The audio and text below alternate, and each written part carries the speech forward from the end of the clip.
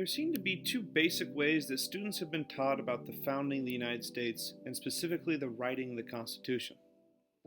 The first presents the Constitution as a kind of secular Ten Commandments. James Madison brought the document from the mountain, and it was good. According to some, this, or stories similar to it, is historically how United States history has been taught, and follows the typical American exceptionalism, the city upon a hill type rhetoric. The second way the Constitution is taught, to combat this traditional story, is the fairly recent trend of explaining that it is a document produced by greedy, racist, slaveholding elites whose only interest was in keeping their power and upholding their corrupt governing system. Today, the latter example may be even more common than the first. The problem is, however, that these two polar opposites represent extremes. Neither of these stories give a complete picture of the Constitutional Convention, and they leave little room for multiple interpretations. It is necessary to help students go beyond one of these two narrowing frameworks and to understand the complexity of the events surrounding the drafting and ratification of the Constitution, especially when it comes to the issue of slavery, for example. So, how can we do this? And, to what extent are we able to create a coherent narrative of history with competing, conflicting perspectives, identities, etc.? Hi, I'm Cameron Helvey, a high school history and government teacher at the Hun School of Princeton and a graduate student at Teachers College, Columbia University in New York City. As a social studies educator, I subscribe to the notion of multiperspectivity. In my history and social studies classes, I seek to complicate student understanding of the past by bringing a variety of sources and perspectives to our study of history. Doing this helps my students build critical thinking skills and develop historians' heuristics. History is not a closed book. Studying the past through the lens of multiple narratives gives them space to inquire and investigate, which in turn brings a more complex, complete, and richer understanding of the past. Let's return to our example of slavery in the Constitution and the founding of the United States. Rather than simply telling your students that slavery was permitted to continue because the founders were bigoted mercenaries, or assigning them reading that states how slavery was believed to be a necessary evil at the time, it is important to go deeper, complicate things, go beyond sheer textbook coverage or one-sided viewpoints. Propose an essential question to help students explore the issue. For example, why did the Constitution allow slavery to continue if the Declaration of Independence claimed that all men are created equal? Next, give students an opportunity to research multiple perspectives and views about the issue of slavery in the Constitution and see what they come up with. Hopefully, students will come across a wide array of different ideas and varying viewpoints about slavery in the Constitution. For instance, historian William Frayling asserts that the Founding Fathers' racism was a barrier to anti-slavery.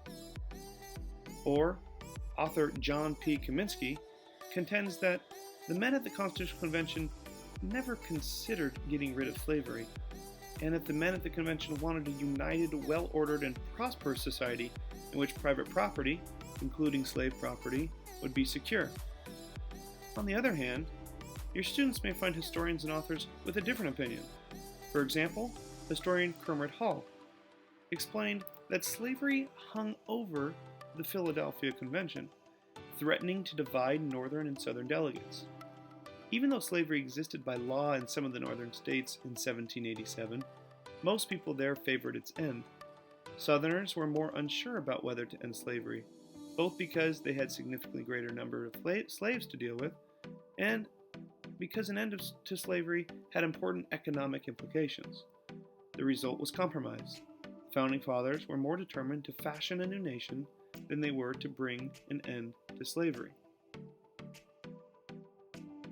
Many students will be interested in researching about the many different and oftentimes starkly contrasting words and actions of the Founding Fathers in regards to slavery and the Constitution. On the issue of slavery, our founders were very much divided. Not all of them held the same view. There was a whole spectrum of views and approaches on slavery to which our Founding Fathers held. On one hand, it is remarkable that some of the Founding Fathers could hold to the notion that all men are created equal and yet own slaves. But on the other hand, we have to acknowledge the culture of the time and the complexities associated with it. While Thomas Jefferson, James Madison, and George Washington all owned slaves, John Adams, along with his cousin Samuel Adams, and other Founding Fathers such as Thomas Paine and Alexander Hamilton never owned slaves. At the Constitutional Convention of 1787 at Independence Hall, then known as the Pennsylvania State House, South Carolina delegate Edward Rutledge argued that if the northern states think about their interest, they will not oppose the increase of slaves because they will profit by selling the goods that slaves produce.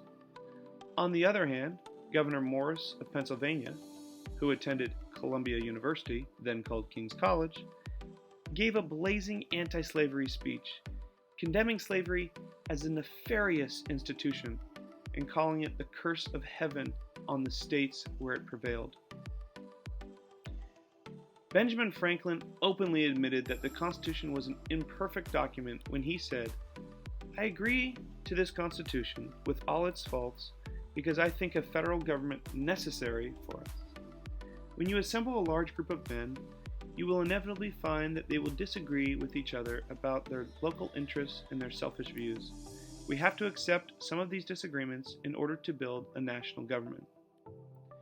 After students have had sufficient time and necessary supports to research the topic, they can work collaboratively in small groups with these documents and use their historical thinking skills such as sourcing, contextualization, and corroboration to get the clearest picture possible of what happened at the Constitutional Convention to answer the essential question. This is just one small example of how teachers can offer a multiple perspective approach to history. I am well aware that I have only scratched the surface of the complexities of slavery in the Constitution, but by teaching history this way, my students are better prepared to understand multiple perspectives about the past, question single-story narratives, formulate evidence-based arguments, and comprehend historical events and their impact on the world we live in today. Thank you. For more information, including my script, citations, and additional resources, scan the QR code here.